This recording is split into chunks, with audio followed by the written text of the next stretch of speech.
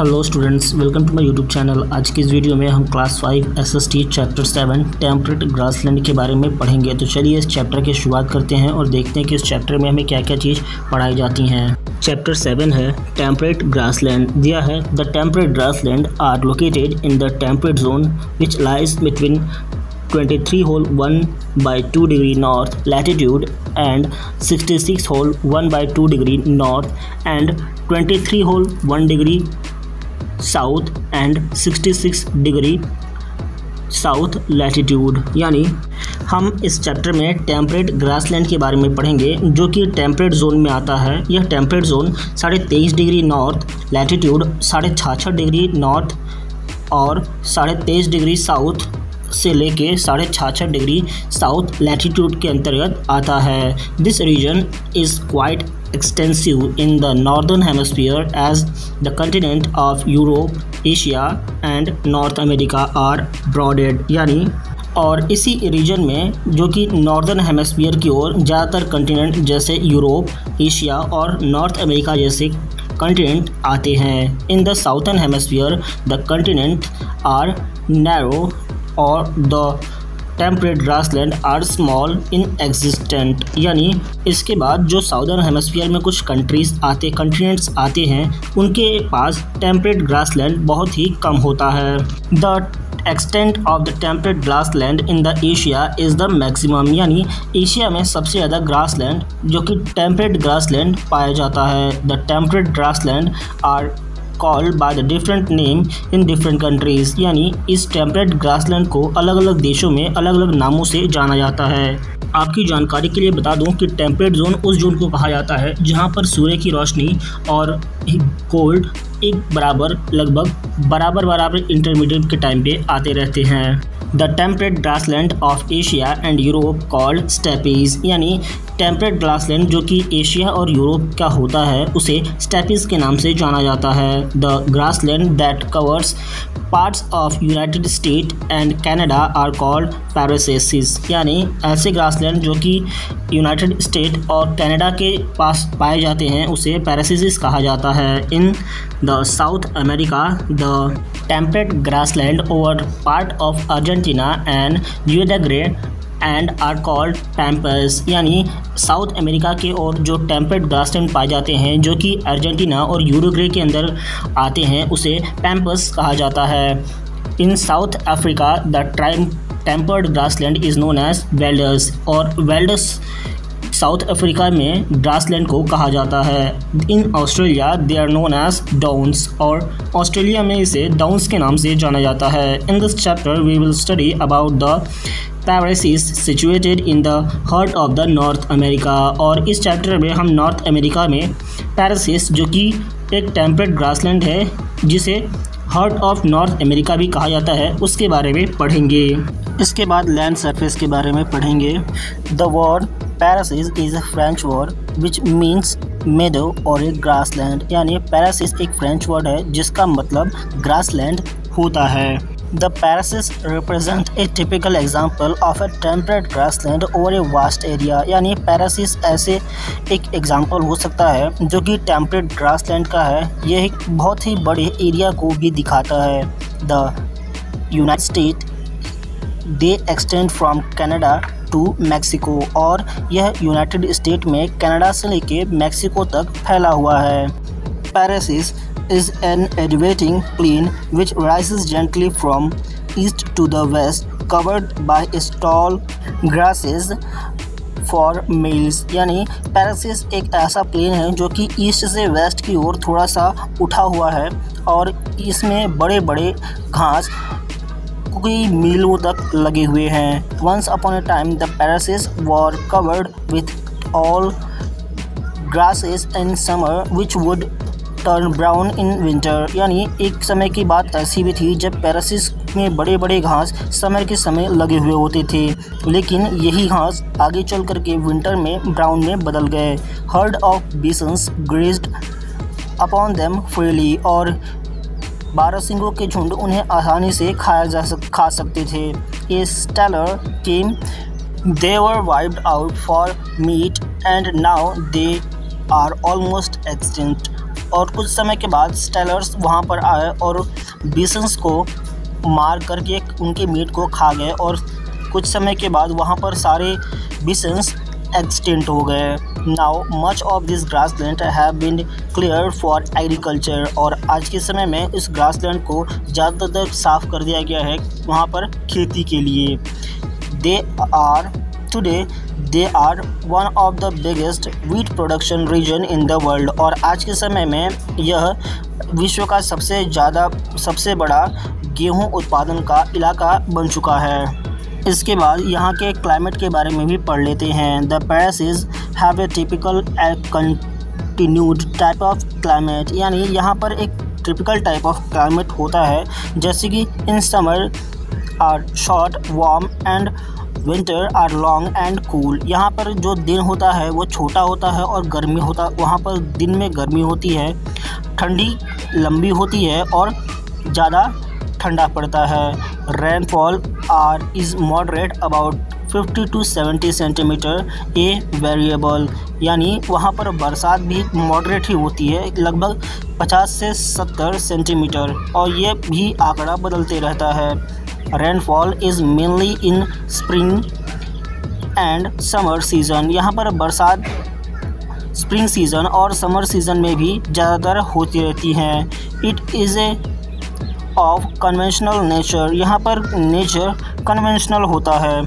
Rainfall came in sun shower and it's rain may for many days, यानी यहाँ पर बरसात तो जल्दी ही आ जाती है लेकिन ये जाती नहीं है, यहाँ पर कई दिनों तक बरसात ऐसी ही होया करती है।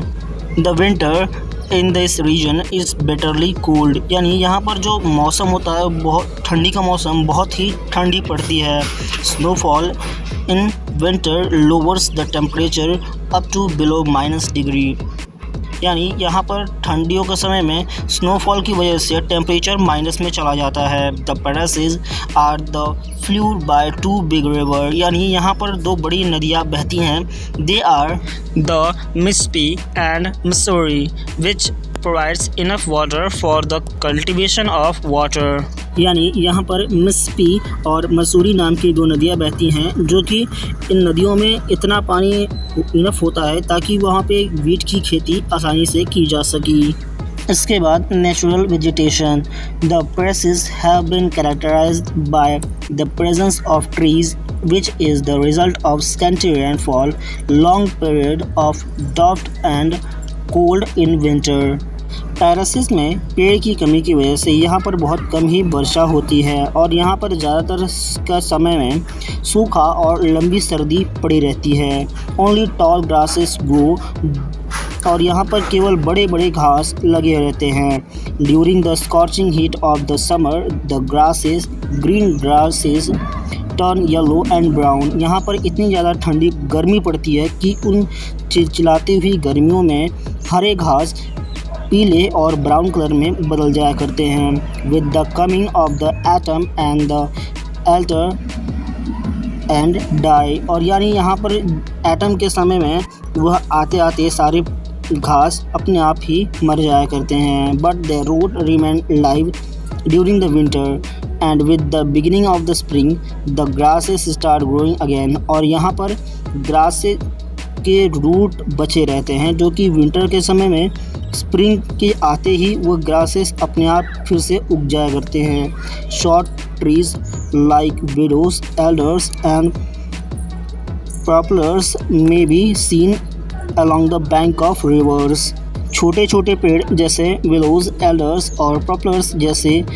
कुछ पेड़ नदियों के किनारे पाए जाते हैं। Wildlife. The prairies are fertile grassland so large variety of animals and are seen here, यानी यहाँ पर का लैंड फर्टाइल होने की वजह से यहाँ पर कई प्रकार के जानवर पाए जाते हैं। Badger, coyotes, fox, mice, rabbits, antelope, prairies dog and various snakes and birds are found in this region, और इसी वजह से यहाँ पर बहुत सारे प्रकार के जानवर जैसे बैजर, एंटीलोप, कई सारे प्रकार के जानवरों में स्नैक और बर्ड्स भी इस इलाके में पाए जाते हैं। As we have read earlier bisons abounded the Parasites of North America, but due to indiscrimination hunting, the numbers of bison are greatly decline. यानी ऐसे तो यहाँ पर बिसन पहले के समय में पाए जाते थे, लेकिन नॉर्थ अमेरिका में पैरासिस में बहुत सारे लोग शिकार करने आया करते थे और इसी वजह से बिसन्स वहाँ पर विलुप्त होने लगे। However prairies have a lot of domestic animals like sheep, goat, cow, bull, horse, donkey etcetera. और इस तरीके से यहाँ पर कई सारे डोमेस्टिक एनिमल जैसे भेड़, बकरियाँ, गायें, बैल, घोड़े, गधे और भी कई सारे जानवर पाए जाते हैं।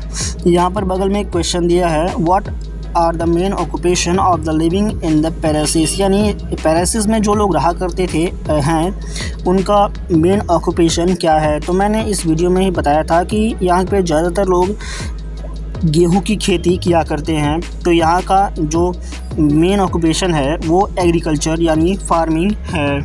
इसके बाद लाइफ ऑफ द पीपल, यानी यहाँ पर रहने वाले लोगों की जीवन के बारे में पढ़ते हैं। The prairies of the North America is a vast stretch of plain land. यानी यह नॉर्थ अमेरिका का जो पैरासिस इलाका है ये बहुत ही बड़ा है और प्लेन है। The dark and fertile soil provide rich crop of wheat, barley, रे, फ्लैक्स, ओथ एक्सेट्रा। यानी यहाँ पर उपजाऊ मिट्टी होने की वजह से यहाँ पर बहुत से प्रकार के क्रॉप उगाए जाते हैं, जैसे वीट, गेहूँ, बार्ली, ज्वार, मक्का इत्यादि बहुत सारी चीज़ें। In this region a large production of wheat, और इस रीजन में ज़्यादातर लोग वीट उगाया करते हैं। The production of the wheat is high, that is not only feed the whole of USA, they feed the whole of USA but they export the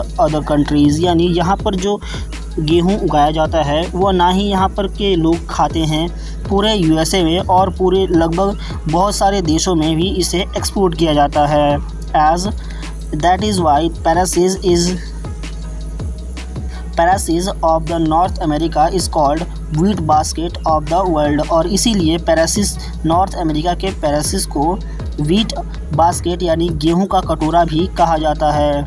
the main occupation of the people living in prairies are farming and cattle rearing. और इसलिए यहाँ पर के जो लोग रहा करते हैं यानी पैरासिस में जो लोग रहा करते हैं उनका जो मुख्य व्यवसाय है वह कृषि और कैटल फार्मिंग है। Most of the farm work like ploughing the land, sowing, harvesting, threshing and winnowing is done by machines. यानी यहाँ के जो कृषि कार्य है जैसे कि खेत को जोतना, हार्वेस्टिंग करना, थ्रेसिंग करना, विंडोइंग करना, ये सारे कामों के लिए मशीन का प्रयोग किया जाता है। Even the storing is done with the help of machines. और यहाँ तक कि उन चीज़ों को स्टोर करने के लिए भी मशीन्स का ही प्रयोग किया जाता है। The use of machines save the time and the man power. और मशीन का प्रयोग करने से समय की बचत होती है और मैन पावर भी कम लगता है। Is the winter is very harsh and the prairies. यानी विंटर यहाँ पर बहुत ज़्यादा ख़राब होता, ठंडी पड़ती है, इसलिए the farmer have to work very hard to improve the quality of their crop. और इसलिए यहाँ के जो किसान होते हैं वे अपने कड़ी मेहनत करके क्रॉप के क्वालिटी को इम्प्रूव करने में लगे रहते हैं। They are homestead on every farm where the farmer live with their family. यानी यहाँ के जो लोग अपने से होम स्टे बनाया करते हैं जिसमें वे अपने परिवार के साथ रहा करते हैं। The western part of the prairies is inviting and hilly. यानी प्रेरिस का वेस्टर्न पार्ट उबड़ खाबड़ और हिली है। Rainfall in less making the soil shallow and infertile and not suitable for cultivation. यानी यहाँ पे बारिश बहुत कम होती है और छिछला ज़मीन होने की वजह से यहाँ की भूमि भी उपजाऊ नहीं होती है। So most people rear animal. और इसलिए ज़्यादातर आदमी जानवरों को पाला करते हैं। They graze animals in open grassland called ranches. इसलिए वे अपने जानवरों को खुले मैदानों में चराया करते हैं जिन्हें रेंचेस कहा जाता है।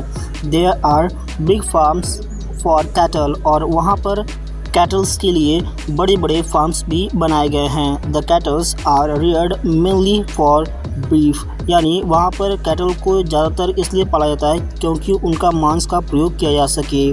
Beef is a staple food of Americans, और जानवरों का मांस अमेरिकन्स के लिए एक स्टेपल फूड बन गया था। It is exported to other countries also, और इसे वे अलग अलग देशों में भी एक्सपोर्ट किया करते थे।